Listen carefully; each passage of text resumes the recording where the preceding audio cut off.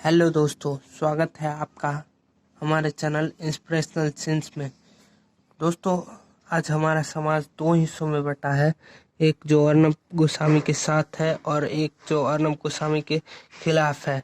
उनके गिरफ्तारी के बाद जो लोग अर्नब गोस्वामी के साथ है वो लोग मानते हैं कि ये पत्रकारिता के अधिकार का हनन है और बोलने के अधिकार को छीना गया है।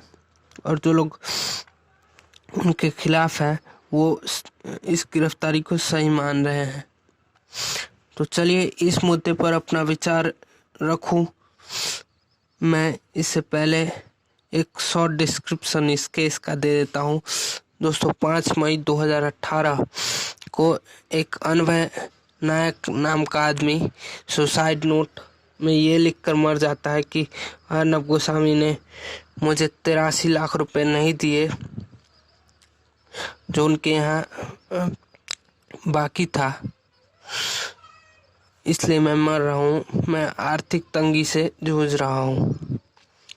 और ये कहकर मर गया वो आदमी, सुसाइड कर ली।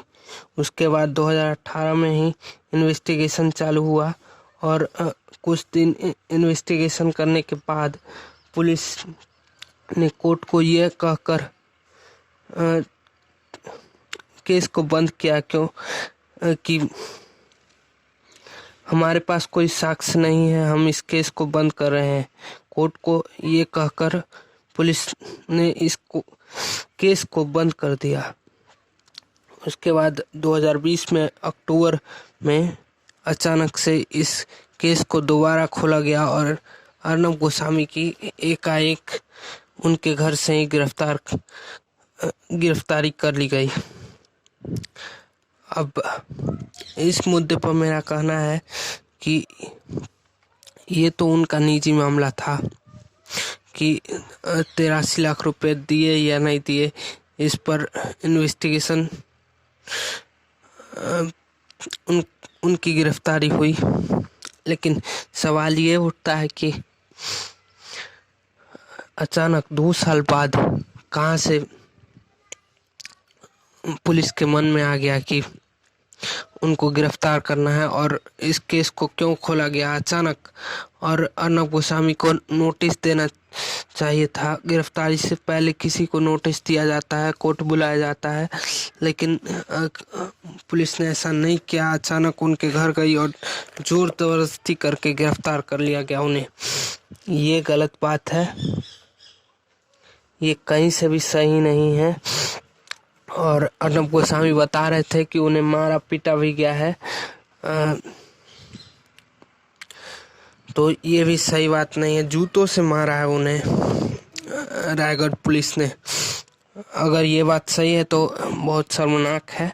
और लेकिन जो लोग ये कहते हैं कि प्रेस की आज़ादी छीन ली गई है, पत्रकारों को अब सच बोलने नहीं दिया जाएगा, ये सब जो लोग बोल रहे हैं बीजेपी वाले, उन्हें मैं बता देना चाहता हूँ कि 2019-20 में 55 जर्नलिस्ट को गिरफ्तार कर लिया गया।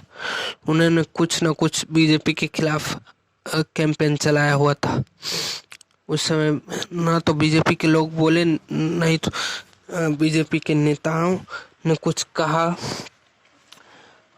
और न किसी ने कुछ नहीं कहा। और लोगों को तो मालूम नहीं चला, ये सब न्यूज़ में दिखाया कहाँ जाता है।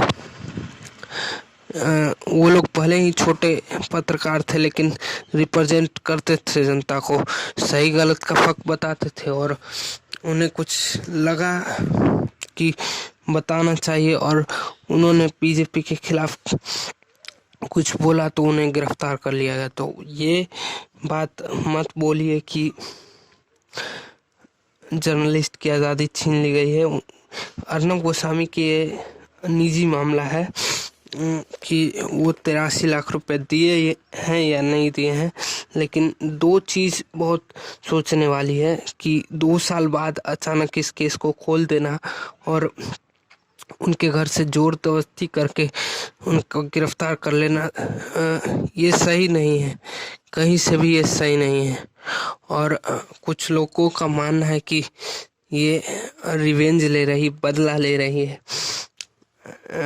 मुंबई पुलिस या महाराष्ट्र पुलिस इस चीज़ का बदला ले रही है कि रिपब्लिक भारत ने अर्नब गोस्वामी ने बहुत बोला था, एक कैंपेन चला के रखा था सुशांत सिंह राजपूत के केस में, और पुलिस को मट्ठा पुलिस क्या क्या बोल रही थी, इस बात का रिवेंज ले रही, कुछ लोग बोल रहे हैं।